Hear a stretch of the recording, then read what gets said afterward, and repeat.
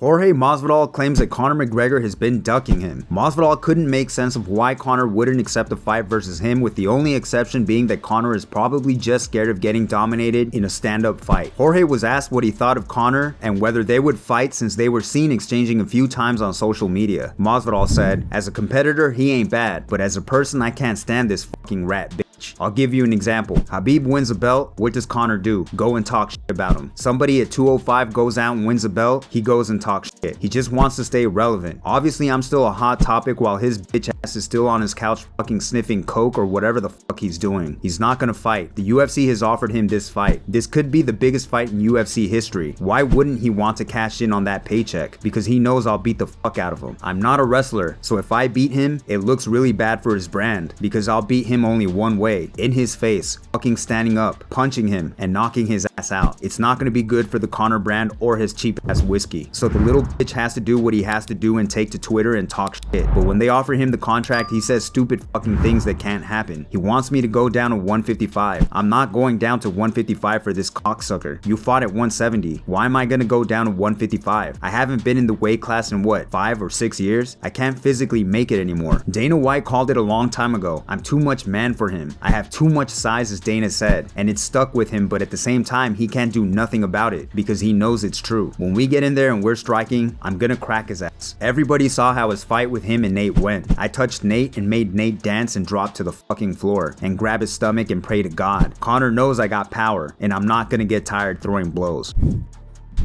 Aljamain Sterling and longtime training partner and rising UFC contender Merab Dvalishvili are on a collision course to fight one another. Merab is currently ranked number 6 in the division, while Aljo was asked if he planned to fight Merab if the moment arises. Surprisingly, Aljo said that he wouldn't and instead would move up a weight class and give his friend the opportunity to capture the title. Aljo said, "After Merab's next win, I will probably have to move up to allow him his chance that he earned, to make history for Georgia to win a world title. We will figure it out." Aljo went on to clarify the statement more on Instagram. Check it out. Some of the fans were asking me, what would happen with Merab if he goes up in the rankings, continues to surge up, which he will we fight each other? And I said, no. If there comes a point where Merab takes out another contender and now he's ranked 3rd and he's in line for the next title shot, hopefully I would have defended the belt 1 or 2 more times, maybe take out the Snake, take out Henry Cejudo, take out Jose Aldo, and maybe even a Dominic Cruz. And then Merab will have his chance to wreak havoc on the division as he's already doing. If you guys ever had someone that you cared about help you get to where you are, to kind of secretly be plotting to fight, kind of a weird thing to do.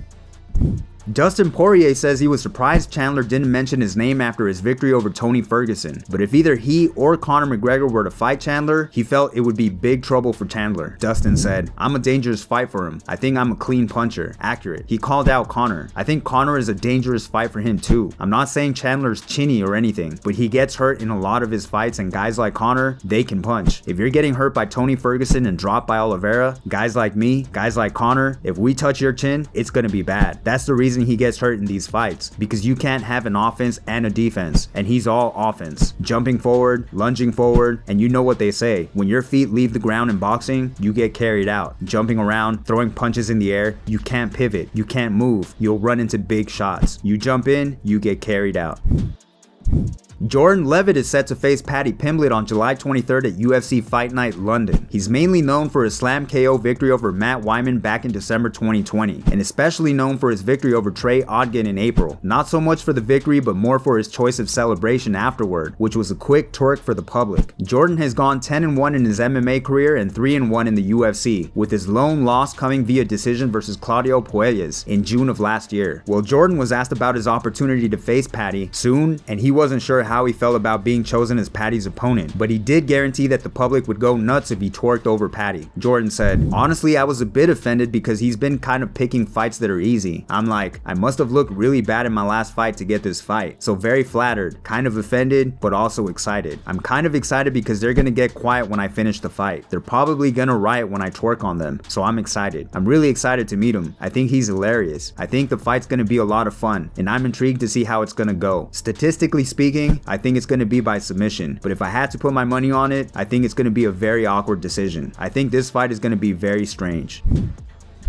And finally, in yesterday's video I reported that Paulo Costa elbowed a nurse and made fun of the situation with followers. Today, his lawyers released a statement on his Instagram that read, "The recent articles published by the media involving athlete Paulo Costa, referring to what happened in a shopping mall in the city of Contage, generated questions, so we must present some clarifications. First, tending to sensationalism. These are reckless and inconsistent. The athlete Paulo Costa and his entire team reject any type of violence. Borchina is a high-performance professional athlete, full-time dedicated to training to following the rules, guidelines, and disciplines. According to his philosophy and human conduct, this kind of allegations are completely incompatible with his history and way of life. The accusations and facts narrated do not reflect the reality of what happened. The fact will be carefully investigated and the appropriate legal measure for their perfect clarification will be taken." The technical and legal team of athlete Paulo Costa also informed that they will be available for further clarifications. As always guys, if you liked the video, make sure to hit that like button for me. If you're new, subscribe and hit that notification bell to stay up to date. Thanks for watching.